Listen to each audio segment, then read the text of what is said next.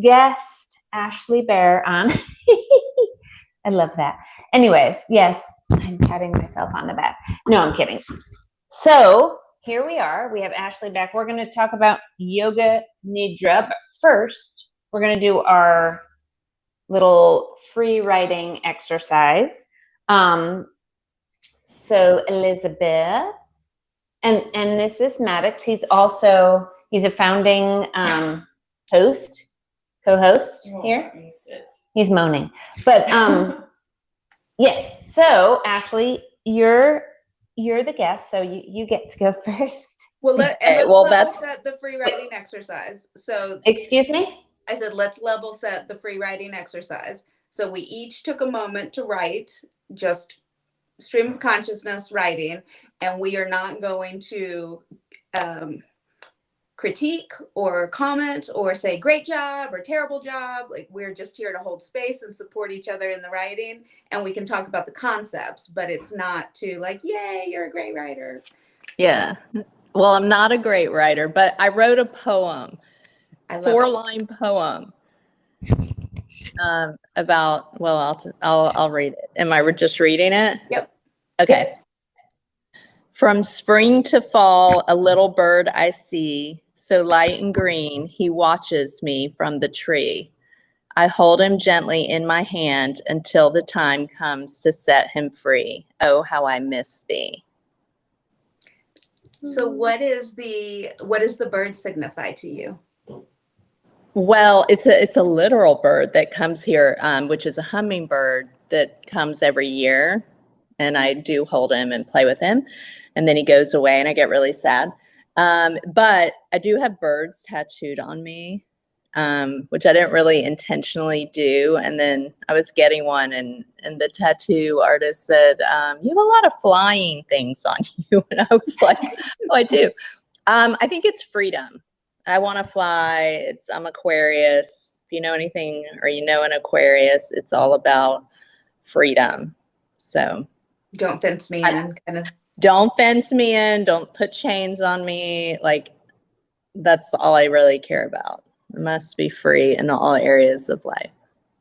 Awesome. Very cool. Yeah. And that hummingbird you have had on your Instagram, right? Yeah. Yes, if you follow me, you see me. I'm always like showing him and playing with him. Yeah, does he like literally get in your hand?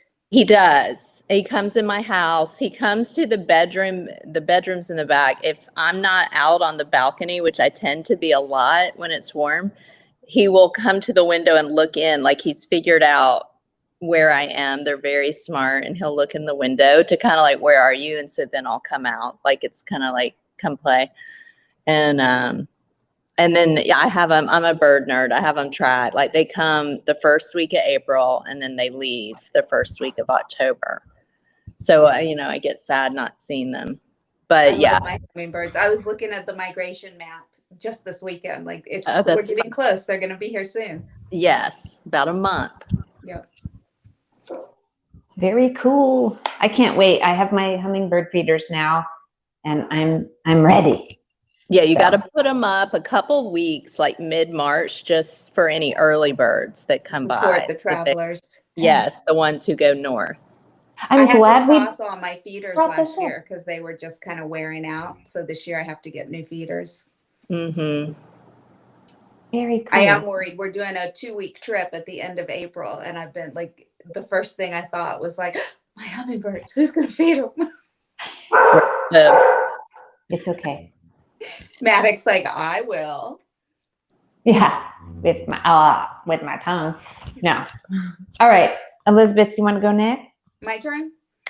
All right. I can't read my writing. I must have been a little manic this morning. I feel pulled by all the various commitments. I feel that I'm continuously prioritizing and trying to figure out what's next. Going into the new year, I want to be intentional about where I'm putting my focus. So far, so good. I'm carving out time to think. Thank you. I am looking at my initiatives and making sure that they tie back to my priorities. I'm being curious about why these are the ones that keep bubbling to the top.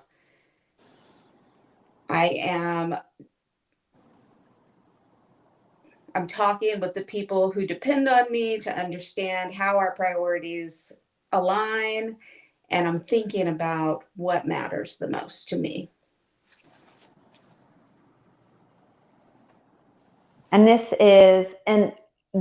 this stem back to your clarity and like what your momentum going into how you want this year to go and everything?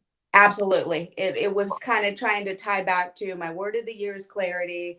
Am I staying intentional about that? And am I focused in the places I want to be focused? Sweet. And even with all, and I think it's one of those things, right? If you pray for peace, you get all kinds of tests around how peaceful you are. Like I've named clarity. And so I'm getting pulled in all the directions and I'm getting tested on like, can I do this? How do I do this? Where am I focused? So I'm just walking the walk and doing the work right now. Love it. Do you want to go? Are you ready? No, you go. Me? Okay. All right. I was going to go last because mine is super weird. Anyway, I am fucking cold. There, I said it. So now it can be warm. Not hot, please. Universe, help me out here. Can we have another pre-spring warm-up, like a progressive one, please? That's what I wrote.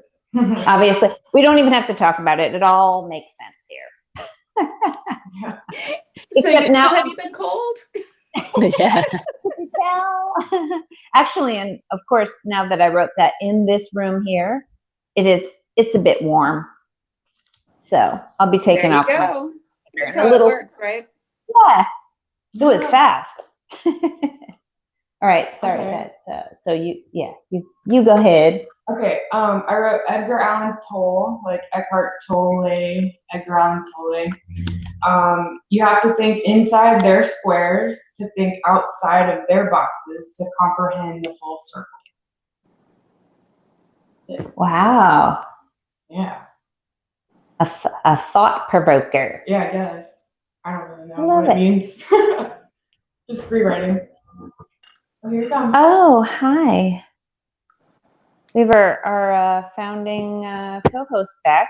He's not in the camera right now. Okay, so now that we got that, I want to stick with the time frame. Great. So let's go ahead and get into it. Are you ready? Mm-hmm. I'm yelling because you're so far away in this room, but I have a microphone on. I do this all the time. Okay, so. It doesn't, I don't hear you yelling. So No. Oh, good. Thank the Lord. Okay. So we're going to talk about Yoga Nidra. Let's talk about this first. Yoga Nidra, like tomato, does it matter? I think it's supposed to be Nidra. Okay. Do I say it Nidra? Yes. So I think it's tomato. Okay. Because I hear it both. I flip it back and forth. I'm like, do I say Nidra? No, sometimes I say Nidra. Anyway, so Yeah. I'm going to say, I don't know. I'm just going to let it, however it comes out of my mouth. Yogic sleep. The wakeful sleep. So if I have never done any type of yoga before, how would you explain to me what happens in a Yoga Nidra session? It's sleeping yoga. And that literally hooks people every time, I swear. Yeah. I love it. it. They don't have to do anything.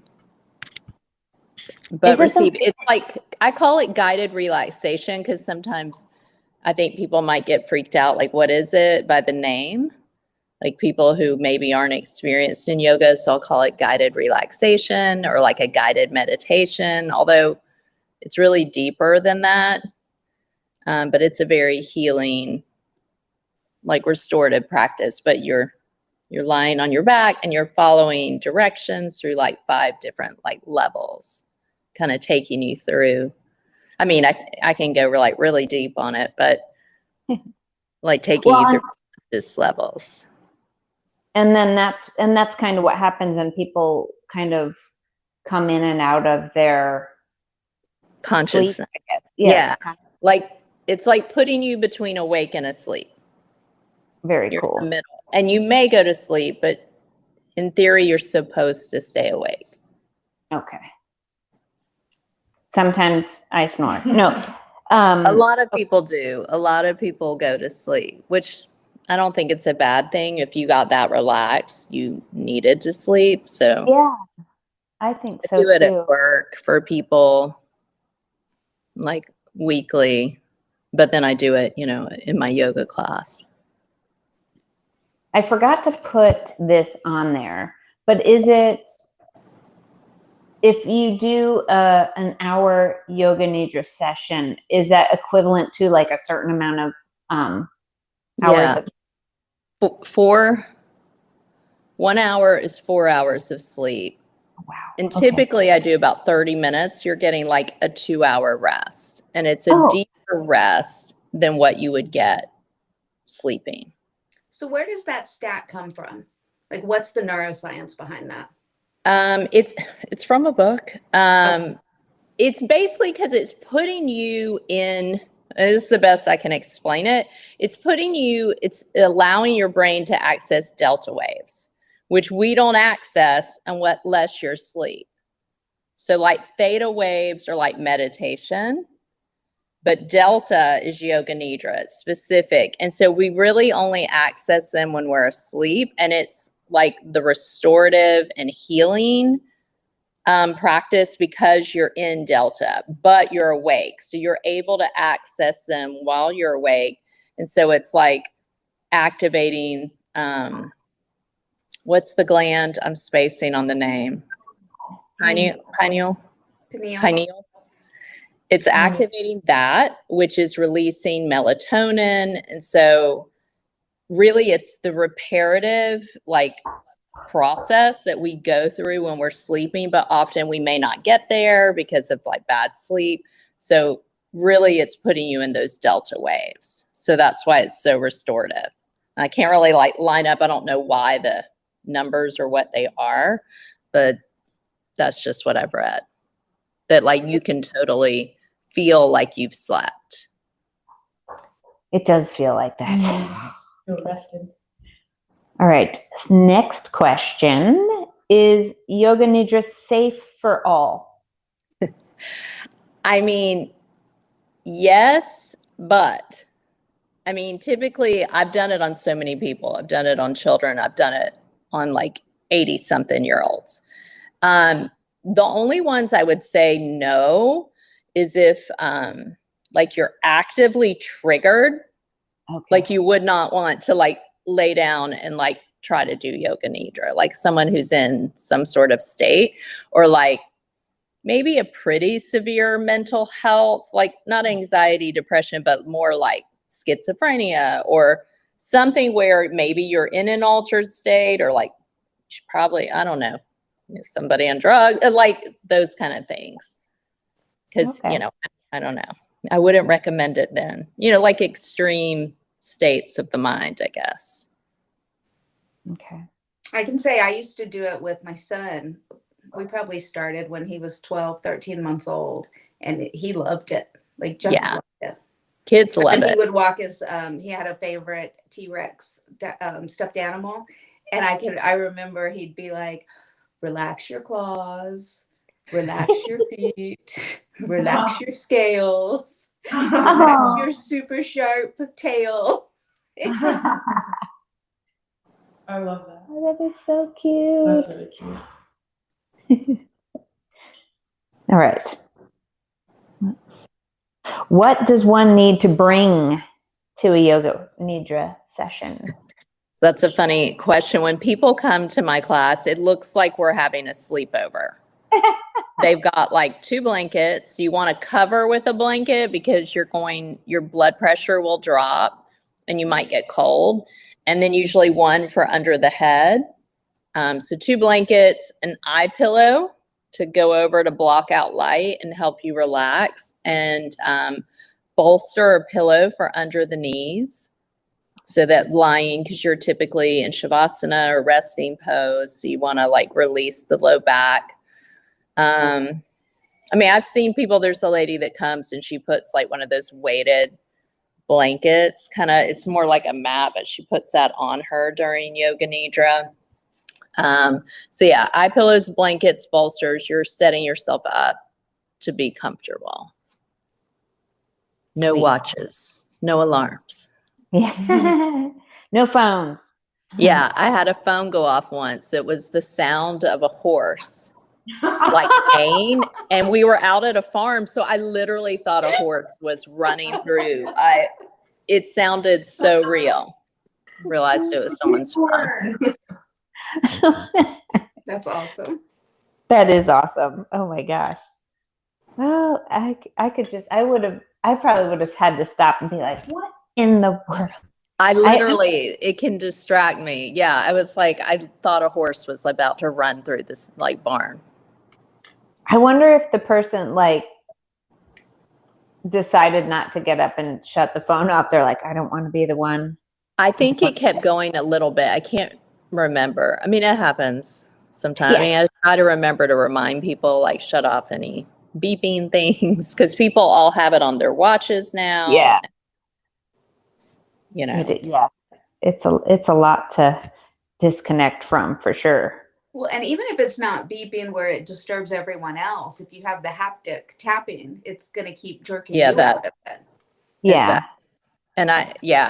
And I have to like stay focused or I mess up. Yeah. Yeah. It's almost like a meditation for me. Just because I'm having to like, I can't look up or do anything. Well, something wrong. That kind of leads into the next question. We kind of already talked about the next question, which was, how has it been a challenge in leading? Like, how has there been a challenge, or has there been a challenge in leading a yoga session? I mean, a yoga nidra session. So like that kind of phones ringing, dings from watches.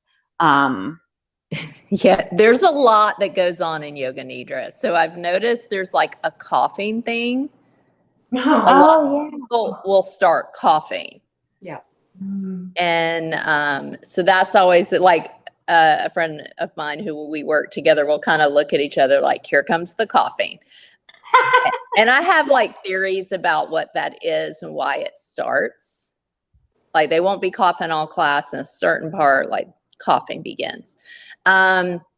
When people come that don't want to be there. So like I did at Village Yoga, the old studio, a mother brought her teenage daughter who clearly did not want to be there and was starting to sob. And like, this was like an event. Like, hopefully she's not watching this. And anyway, and the mom wasn't disturbed at all, but it was distracting me from being able to do it. And finally, like, she's like looking and I'm like this, trying to give her, because everyone else is on their back with eyeballs. She's sitting up and staring at me. And she's like 16 and clearly her mom dragged her there and made her come and she didn't know what the heck we were doing. And so I do like this and I pointed to the bathroom and she got up and went to the bathroom. Just like, go take care of yourself, because we had that little room back there. Yeah. And I can't remember if she hung out, but you know, things like that. Every once in a while I have someone like crying, which that makes sense. Yeah. Doesn't always disturb me, but you know, sometimes I get worried if other people are going to get disturbed. Or snoring doesn't bother me. Sometimes it's like an orchestra of snoring, but people have asked me like, can you stop so-and-so from, I'm like, I can't stop the snoring. I'm trying to think what else. Well, a couple of weeks ago, someone brought a kid and I had a big class. Like there were like 17 people in there and I was like, eh. And it was a little boy, 8-ish, and he was kind of running around. So I sent him out to the greenhouse and then I was doing a sound bath actually too. So I showed him the sound and I was like trying to tell him what we were going to do. And he was like, okay. I mean, he was an angel, did the whole thing. No problem. Oh, wow. But at first I was nervous. Like when people like bring like a child to an event where, you know, they may have to be quiet and you don't know if the kid can manage that. But he did great. And he came up, he was like, that was my first yoga class. And I was like, well, you did so great. Like I was so impressed. Let me think what else. crying, snoring, teenagers who don't want to be there, alarms. People can sometimes have a hard time settling down. So I'm Yeah. kind of watching the people as I'm doing it. I have it pretty much memorized. I've been doing it so long so that I can kind of look during certain parts, and I'm watching what they're doing to determine what I do. So that's part of it, is looking at what they're doing. So getting them to settle essentially, but usually that happens from the yin first or the yoga first, the movement. Yeah. It will help. I would never go into yoga nidra without a movement practice first. Oh, okay. People aren't ready for it mentally. I was trained by a psychologist how to do it. A lot of people do it without training, but there's a whole lot to it. More than, it's not just like a body scan. It's way deeper, and you can actually do things that could harm people. If you don't know certain things, you really do need training for it. How can you harm people? Great question. Okay, let's say I'm not in a good space. Maybe I'm in a funk or I'm depressed. I had to do it once where I had to not do it. So somebody had died, and not someone, I would say it was someone close to me. It was in my family, but we had a very contentious, probably the most difficult relationship of my life. And there was a part of me that thought when she would die that I would be kind of happy, not happy that someone died, but okay. But it actually was the opposite. I was so conflicted over it and the way it went down. There were certain things that happened that were very triggering for me. And it happened the day I'm in a training, and I ended the training every day with yoga nidra, yin and yoga nidra. I managed to get through the day of training and it was kind of a good focus for me. But when I got to the yoga nidra, I had to tell them I couldn't do it. Because if I wasn't in a good place, so basically your state is going into people. And that's why you need training and understanding. So I meditate before I do it to make sure I'm in a good place. And if I'm in any kind of a mood, if anything's going on, I'm not doing yoga nidra.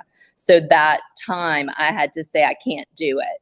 Because I was in a place of grief and conflict within me, and it can go into people's subconscious. And so he had just told me, don't ever do it if you're not in a good place. And so that was the one time when I had to go, okay, I need to not do this, even though they really wanted it. And I took them through some movement and breath and just but I did not do yoga nidra. That was the only time I've really had to do that. I commend you for your authenticity. It can be hard if you have a big class to say no, but knowing that you're doing the right thing. Yeah, because I didn't know. I'd never been in that kind of situation, and I felt so weird about it. I was I didn't want to have that come into them. And where did the psychologist who trained you, what method was he trained in? What was he? I don't know. He was a doctor, and not a medical doctor, but a doctor, psychologist, but he was also a yoga teacher.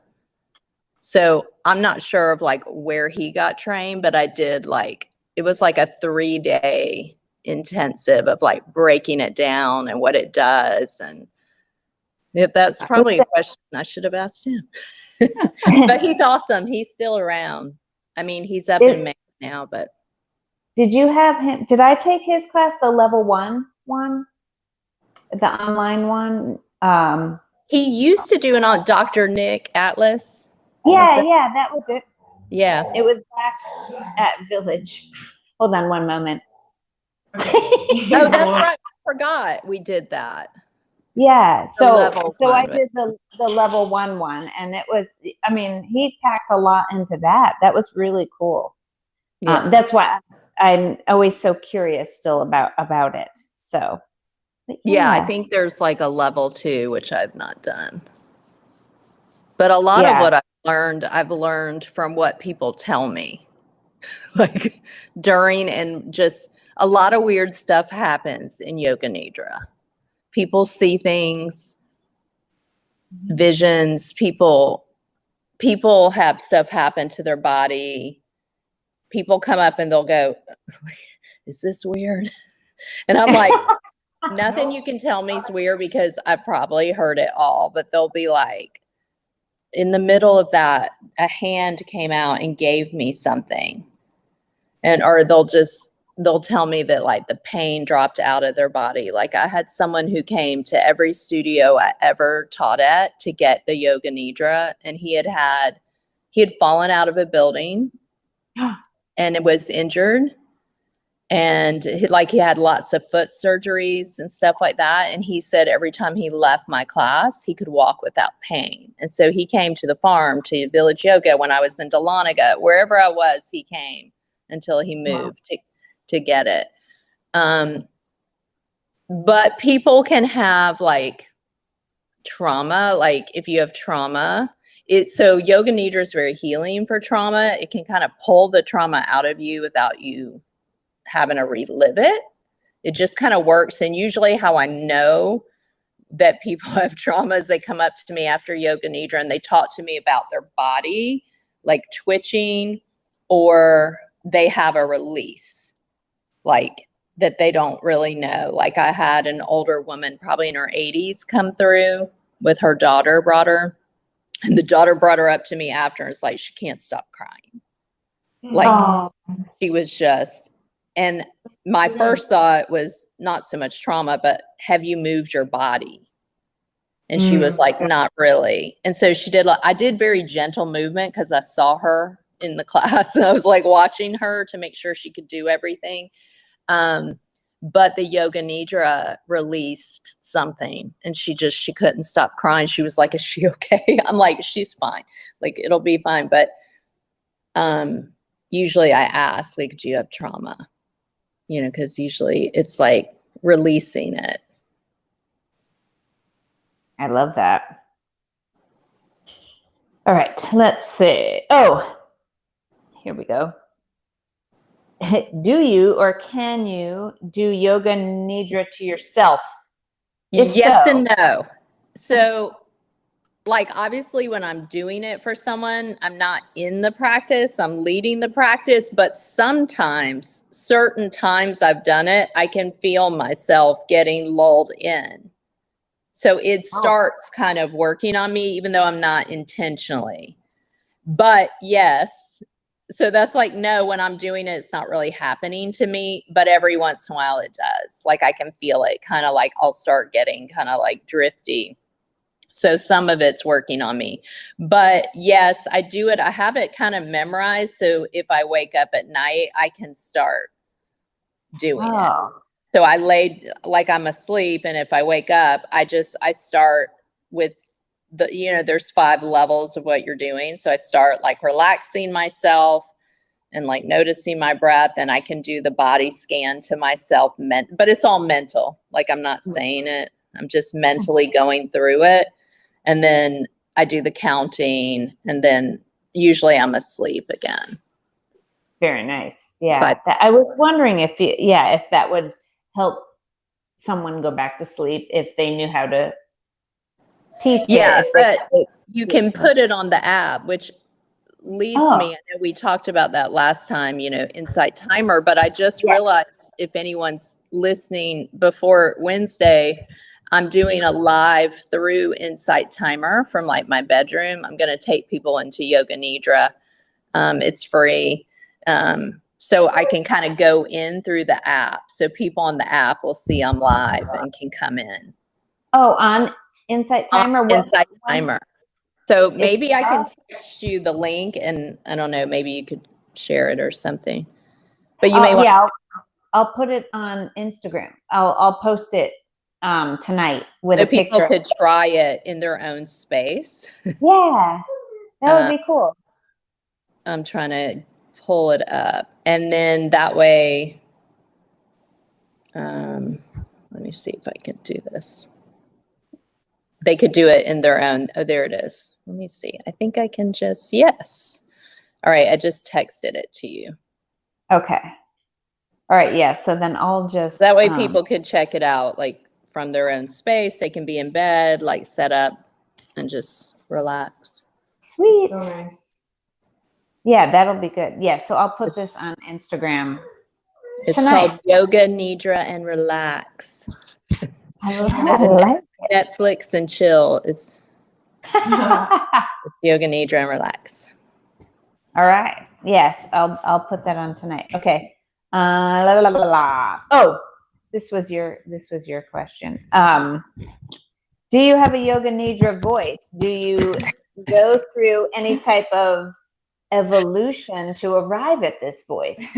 This is such a funny question. No, like my voice, like I don't particularly find it the way it sounds to me, like relaxing or anything. But even before I ever did meditation or led a meditation, I worked in a school and I had someone who worked with me and she would kind of mimic my voice. And she was like, "Why do you always put that voice on?" And I was like, "That's my voice."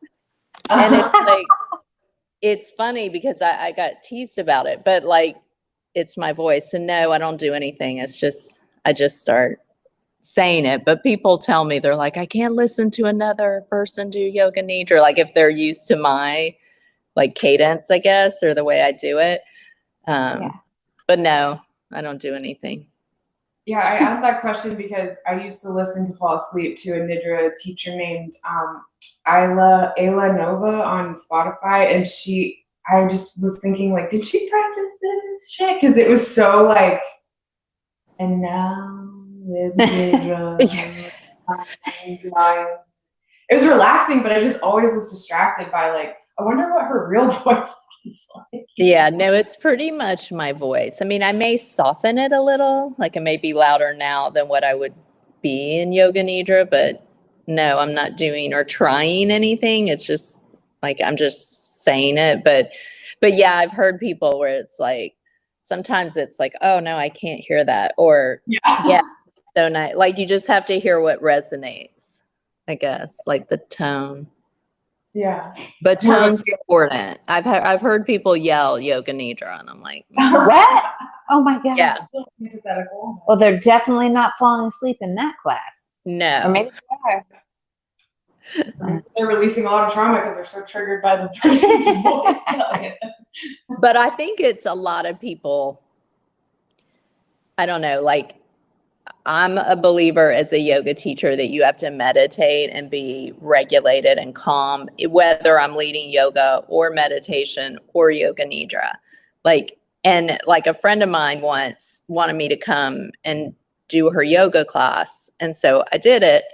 And then after she was like, "Do you have any feedback for me?" And I'm like, "Do you really want me to give it to you?" And she was like, "Yeah." And I go, "You didn't meditate before that, and you had never done that practice." And she's like, "How did you know that?" I said, "You were very dysregulated. Like I can feel it." Oh, And wow. I said, "You had never put your body in those poses the way you did it. Like it didn't make sense." And it's like, some people just go in and do a class and like, they're not in a good state to do it. And so I'm super intentional. I don't do any leading of anything without like my own practice. I mean, I do a practice every day, but then I may do another like right before, just to go in calm. I like that. Super important. Yeah, because they're going to attach to your nervous system. Yeah. And so if I'm like this and all keyed up, they're not going to be able to relax. I don't know what your question was. Did I answer it? Oh, the next, yeah. Maybe I no, answered it. I was thinking about all the classes that I couldn't get a sub for that I had to go and teach. And I was like, "Ah!" you know, Yeah. and I'm like, "I'm so sorry, everyone. I'm crazy right now. So just try to." Yeah, you feel like kind of frantic when that Yes, happens. but then after, I don't know, the warm up and like the first sequence, I usually I start to get into it, but like it takes me a minute to get there. But I just remember thinking that, like, oh my God, I'm gonna ruin these people's class. And then by the end of it, I feel like we're all kind of, Well, and I think most people probably don't know, maybe can't tell, because a lot of people that come to yoga are dysregulated themselves. So like they're not going to see.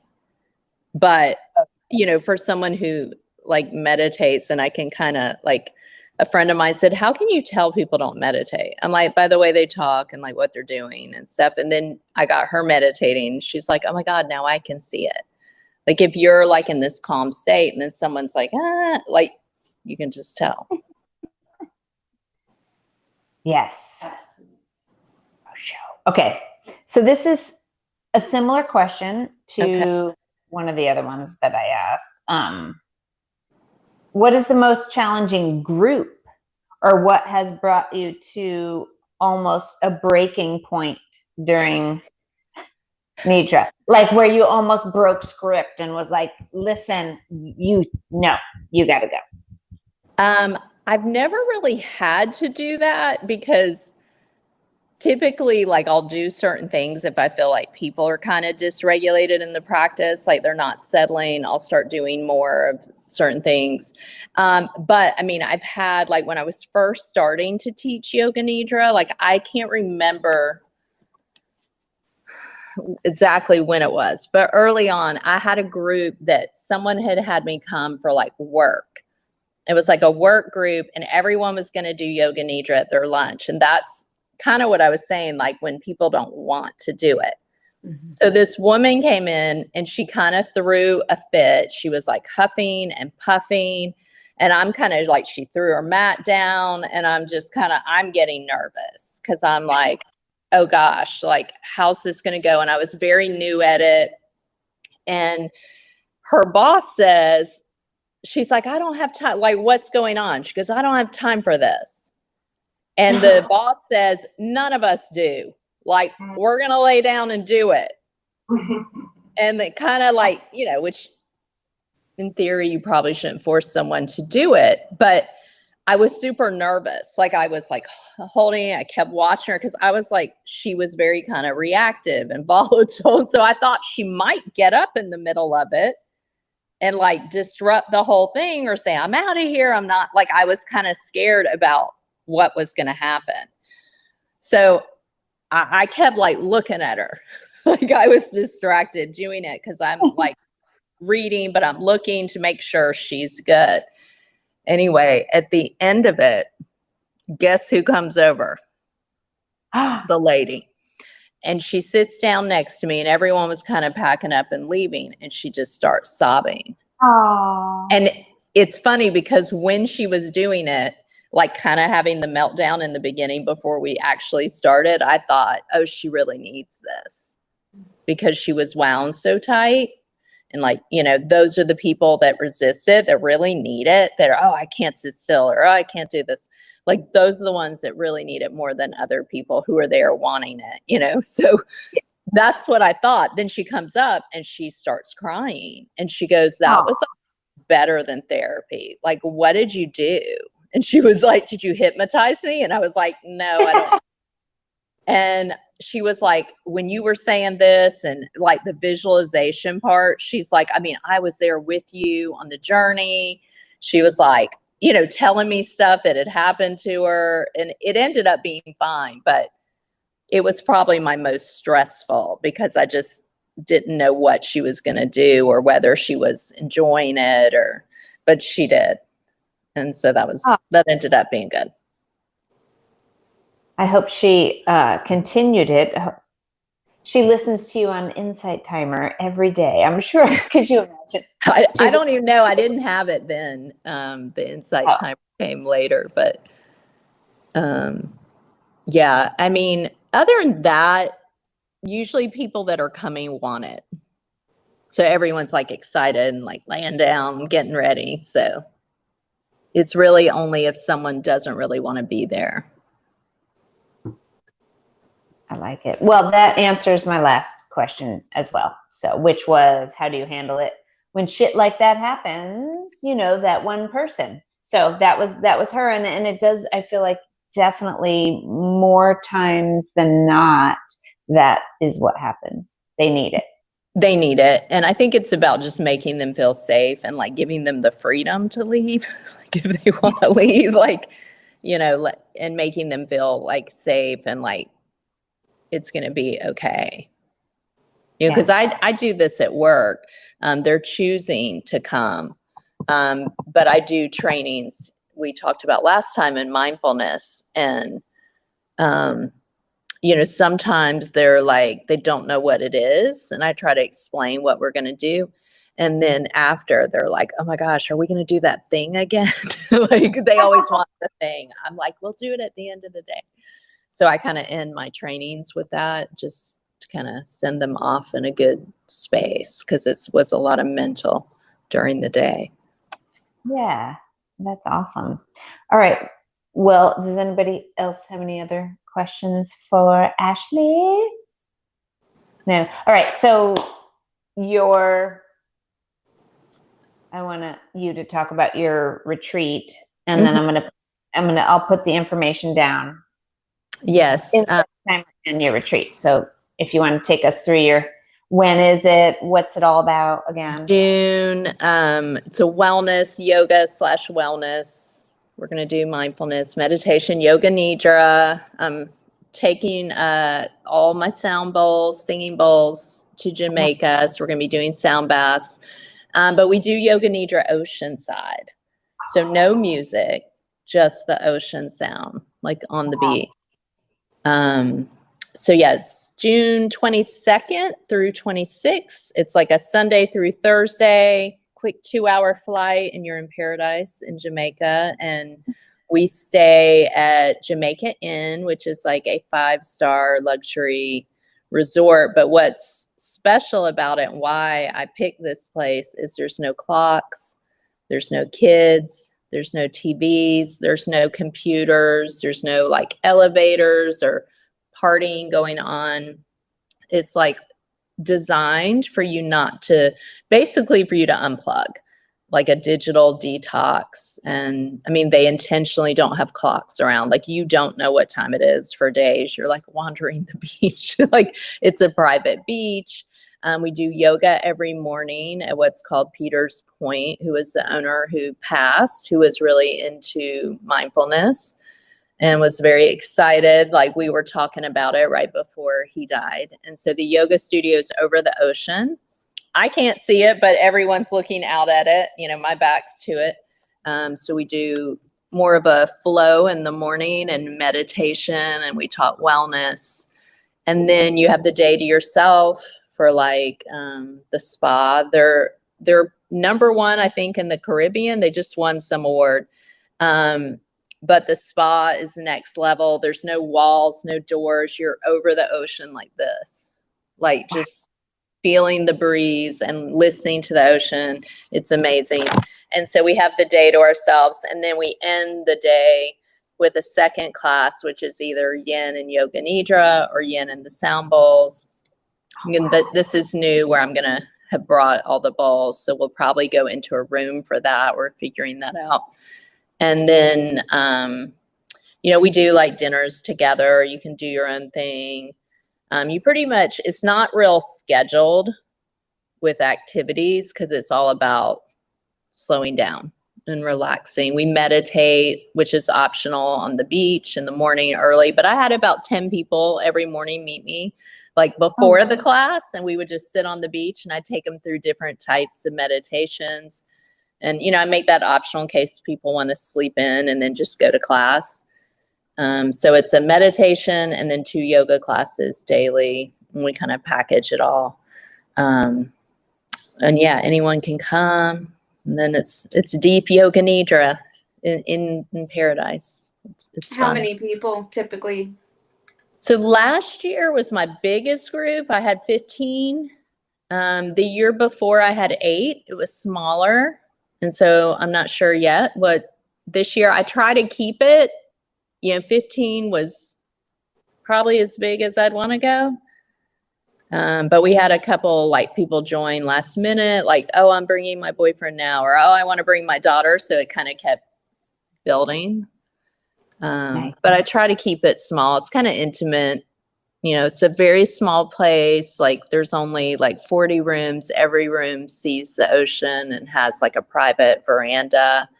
And I said, no kids. I think I mentioned that a couple of times. So there's no like jumping and screaming. Like it is like very peaceful.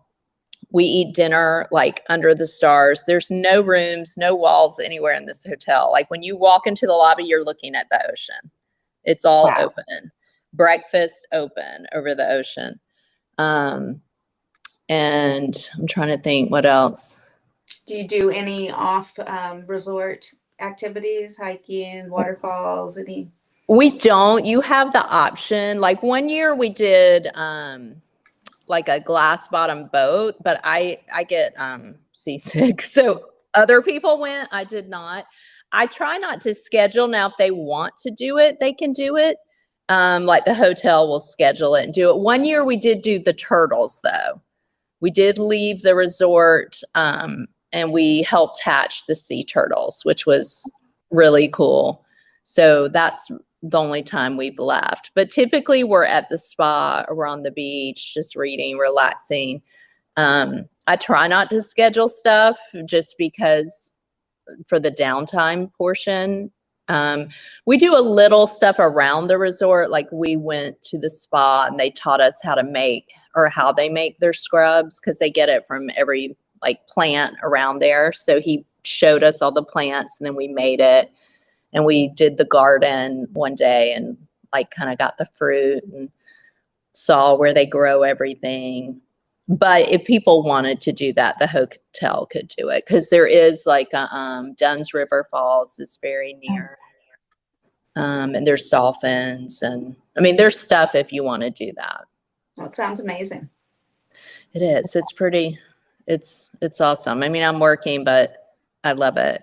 Like it's really There's worse fun place to to do. work. Right. Right. I know. But it's an amazing place and the people are really amazing. I mean, they're really good to us when we go. Oh, that's what I was going to say. It's their slow season. So we pretty much have the hotel to ourselves. Their busy season is November through February and they're packed. So, you know, there's a couple couples there, a couple people, but it's pretty quiet. It's usually we're the biggest group. Nice. Yeah. I love that. Yeah, it's pretty intimate. That's nice to have. It makes it feel like a secluded island almost. You know what I mean? Like you're the only people on the entire island, but It's a little like if you ever saw that show, Perfect Strangers. It said I'm not drugging people. Did y'all see that with Nicole? Yeah, the Kidman? Nicole Kidman. When they're they go to that place and yeah, and they're doing wellness and yoga and meditation and stuff. Yeah, minus the drugging part of Perfect Strangers. No drugs. now I gotta go. I don't think I've seen that. I saw that other one with Channing Tatum. That was not. Right. Yeah. That was scary. But but okay. Cool. Yeah, I think it's like 10 Perfect Strangers or Perfect Strangers. I think you're right. It's 10 Perfect Strangers. Yeah, and they're all going for like wellness. And you know, things go awry. That's good. Well, I mean, if they didn't go awry, then it would not be a great movie. But That's true. But in real life, it would be nice if just everything was calm and.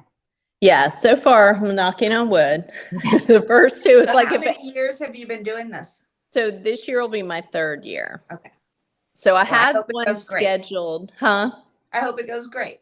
Thank you. I had one scheduled the year COVID happened with Village Yoga, and then we had to cancel it. So then it took me, you know, everything to recover. It took me a while to get it back up and running. So last year was my second. This is my third year.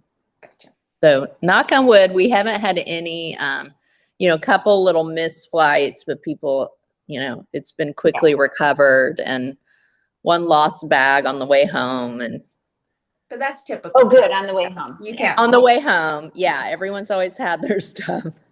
Yeah, luckily it's been fine. I mean, it's nice. Like we just stay on the resort and we chill and we relax and we breathe and do the yoga. Do the yoga. Awesome. All right. Well, I'll get all this stuff up with the show notes at the end, and I'll post this on Wednesday. And well, everyone here will be seeing it like right now, but it's Sunday. But okay, and then I'll announce the other thing. I don't have to talk about this right now. This is what I always do. Okay, I've got everything. I've got it all. It's going to be in the show notes, and I'll do a little pre-thing for those who want to watch and all that. So we're good. Everybody good? Everybody good. Okay. Well, Thank you, thanks for guys. having me. Thanks for coming. And if you want to come on again, if you got anything else good coming up, we'll have you on again. That would be awesome. Okay. Sounds good. Thank I'll you. see you around. Happy Sunday. Happy Happy Sunday. Sunday. Bye. Bye.